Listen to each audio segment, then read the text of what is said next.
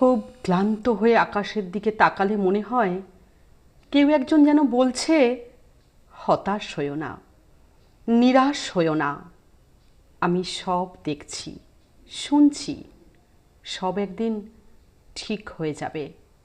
দেখো, আমার মতো বড় হৃদয় নিয়েও আমার কি কষ্ট নেই?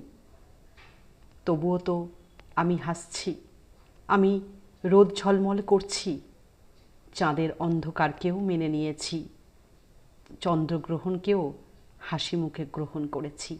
আবার ঝলমলে আকাশ, সকালের তপ্ত আকাশ, সেটাকেও কিন্তু আমি মানিয়ে নিয়েছি। তাই হেরে যেও না। যখন খুব কষ্ট পাবে, কাঁদতে ইচ্ছা করবে, আমার কাছে চলে এসো, আমার দিকে তাকাও, অনুভব করো, সব পেয়ে যাবে।